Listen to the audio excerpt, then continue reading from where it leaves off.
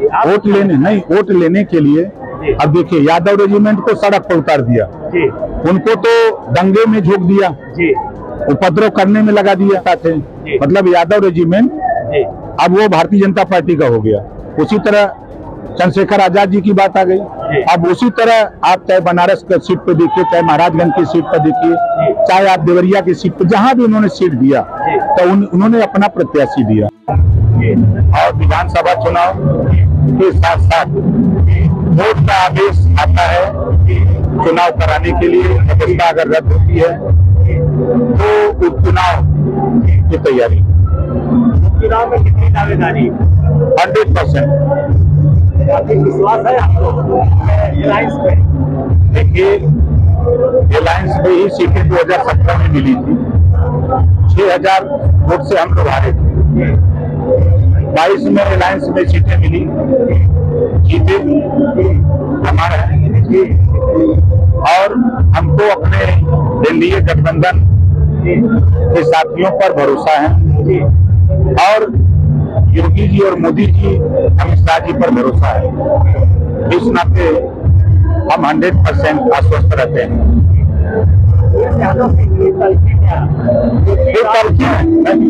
देखिए असल में वो रात भर सोच रहे हैं, इस नाते नाम बोलने के बाद रातें बढ़ा रहा है। क्या हुआ? क्या बात नहीं है? देखिए नाराजगी का कारण है कि 4 बार सरकार रही, नाई गोड़ पाल प्रजापति हिंद केवट मन्ना राजभर चौहान भारत हरवंशी बंजारा बहेलिया कंगार जुड़ा दुनिया सारी साईं दर्जी फकीर, ये सब पीडीए में आते हैं। लेकिन आपने इनकी उपेक्षा की। अब हम कहते हैं कि इनको हक चाहिए। जो 27% आरक्षण है इसको बांट करके देने की बात देश के प्रधानमंत्री जी से आपने देखा। रोहिणी आयोग का गठन हुआ, रिपोर्ट भी आ गई, उसके पूर्व राष्ट्रपति के नेतृत्व में समीक्षा भी हो गई। अब वो लागू होने की तैयारी में है। जो प्रदेश में हम लोगों ने राघवेंद्र सिंह जी के नेतृत्व में सामाजिक न्याय समिति की रिपोर्ट तैयार की 7, 9, 11। अभी जैसे हमने बयान दिया कि जो सामाजिक न्याय समिति की रिपोर्ट है, जो रोहिणी आयोग की रिपोर्ट है, 7, 9, 11, 7% पिछड़ा, 9% अति पिछड़ा और 11% सर्वाधिक पिछड़ा। हम इसको लागू कराने के मूड में है पंचायत चुनाव में ही कि 7% जो पिछड़ा है, जो अति पिछड़ों का हक लूटने वाले लोग हैं, हम लोग उनका हक नहीं लूटेंगे। उनकी जो आबादी है उस आबादी के हिसाब से हम उनको रिजर्वेशन पंचायत चुनाव में देना चाहते हैं। अच्छा ये बताइए, वाचक प्रकरण में लेके भाग रहे हैं, क्या उनको ब्राह्मणों का वोट नहीं चाहिए क्या? ये बात तो उन्हीं से पूछिएगा तो बताएंगे। जी। वोट लेने के लिए अब देखिए यादव रेजिमेंट को सड़क पर उतार दिया, उनको तो दंगे में झोंक दिया, उपद्रव करने में लगा दिया। अब पुलिस की गाड़ी पर पथराव, उसके साथ साथ पुलिस के ऊपर पथराव, पूरा वीडियो पूरा देश देख रहा है। और अपना क्या कर रहे हैं, यादव बनाम ब्राह्मण करा दिया और अपना जाकर के यादव जी के यहाँ भोजन कर रहे हैं। पूरा वीडियो जारी हो रहा है। उसी तरह देवरिया में आपने देखा, यादव ब्राह्मण के झगड़े में यादव के घर गए, ब्राह्मण के यहाँ नहीं गए। उसी तरह आपने देखा कि अभी उनके सांसद सुमन जी राजपूत बनाम दलित कराने की कोशिश किए, लेकिन सफल नहीं हो पा रहे हैं। जब सफल नहीं होते हैं तो कहीं भोजन करते हैं तो कहीं पगड़ी बनवा रहे हैं।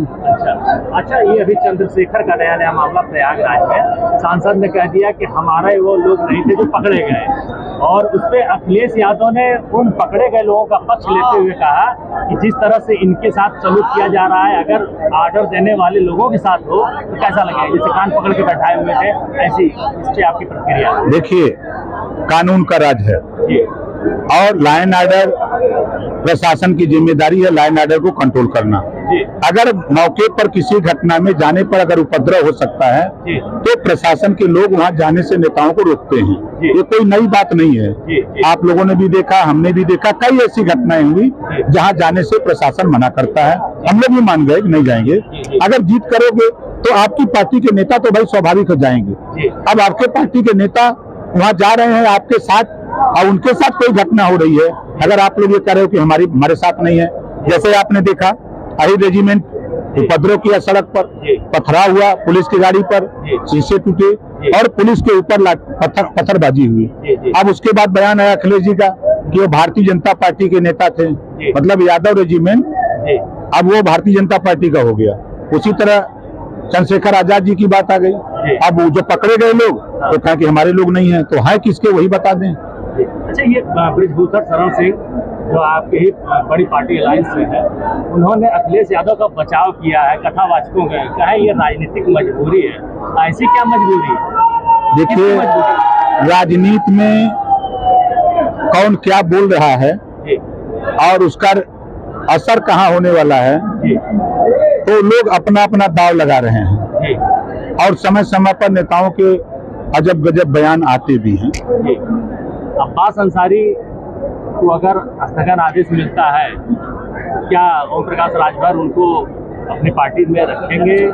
भैया देखो, मैं बार बार कहता हूं कि समाजवादी पार्टी के अलायंस पे 12 टिकट समाजवादी पार्टी ने ये कह के दिया कि प्रत्याशी हमारा होगा, सिंबल आपका होगा। उदाहरण जफराबाद देखो, आज भी वो विधायक सपा का झंडा और डंडा टोपी लेके घूम रहा है। उसी तरह अब्बास को भी समाजवादी पार्टी ने हमको कहा कि अपने सिंबल पे लड़ा दो, नेता वो समाजवादी पार्टी के। उसी तरह आप चाहे बनारस की सीट पे देखिए, चाहे महाराजगंज की सीट पर देखिए, चाहे आप देवरिया की सीट पर, जहां भी उन्होंने सीट दिया तो उन्होंने अपना प्रत्याशी दिया। तो जो चुनाव आयोग की नियमावली है, जब व्यक्ति चुनाव किसी सिंबल पे जीतता किसी पार्टी के, तो उस पार्टी का वो विधायक माना जाता है। तो आज भी जब तक उनकी सदस्यता खत्म नहीं होती है, तब तक वो भारतीय समाज पार्टी के नेता हैं, भारतीय समाज पार्टी के विधायक हैं। ये चुनाव आयोग के पास रिकॉर्ड में दर्ज है। कोर्ट में कि हमारे भारतीय समाज पार्टी के विधायक हमको परेशान किया जा रहा है। बिल्कुल, आज सही कह रहे हैं कि वो सुहेल देव भारतीय समाज पार्टी के विधायक हैं। उनको परेशान क्यों किया जाए? परेशान करना तो मामला न्यायालय का है, सरकार क्या करेगी? नहीं, सरकार देखिए, वो अदालत का काम है, अदालत के फैसले को आप भी मान। हमसे जुड़े रहने के लिए हमारे YouTube चैनल को सब्सक्राइब करें और नई वीडियो की नोटिफिकेशन के लिए बेल आइकॉन को दबाएं।